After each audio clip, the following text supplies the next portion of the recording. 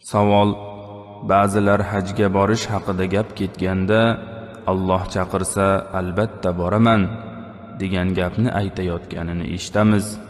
Allohning chaqirishi bor gapmi?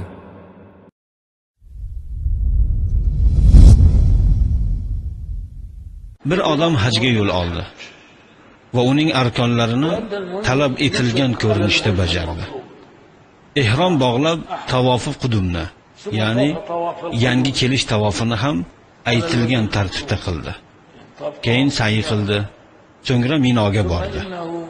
Undan so'ng Arafat vodiysiga yetib u yerda turdi.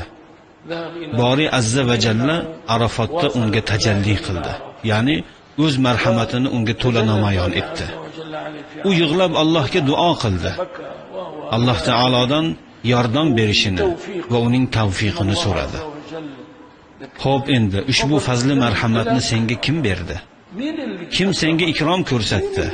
Kim seni chaqirdi? Bular Allohning senga bo'lgan muhabbati emasmi? Alloh senga fazli marhamat ko'rsatib, seni o'z uyiga chaqirdi va seni o'z uyida qabul qildi.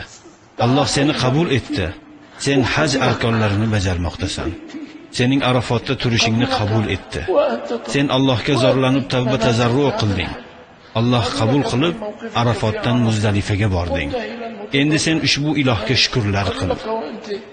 Sizlarni ushbu arkonlarni bajarishga yo'llagani kabi, sizlar ham Allohni shunday zikr qilinglar.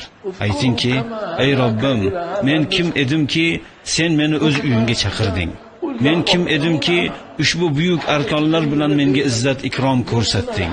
Agar sen meni yaxshi ko'rmaganingda, qasamki, sen meni ikrom qilmas eding. Modomiki sen meni yaxshi ko'rar ekansan, men sening mahbubingman. Ha, shunday. Sen meni sevar ekansan. Agar biz Alloh uchun solih amal qilishga muvaffaq bo'lsak, ushbu solih amal qaysi ish bo'lishidan qat'iy nazar bu nimaga dalolat etadi? Albatta bu Alloh taoloning bizlarni yaxshi ko'rishiga ishora qiladi. Bunda biror shubhamiz bormi? Yo'q, albatta. Allohga qasamki, agar Alloh sizlarni yaxshi ko'rmaganida, sizlarni bu yerda jamlamagan bo'lar edi.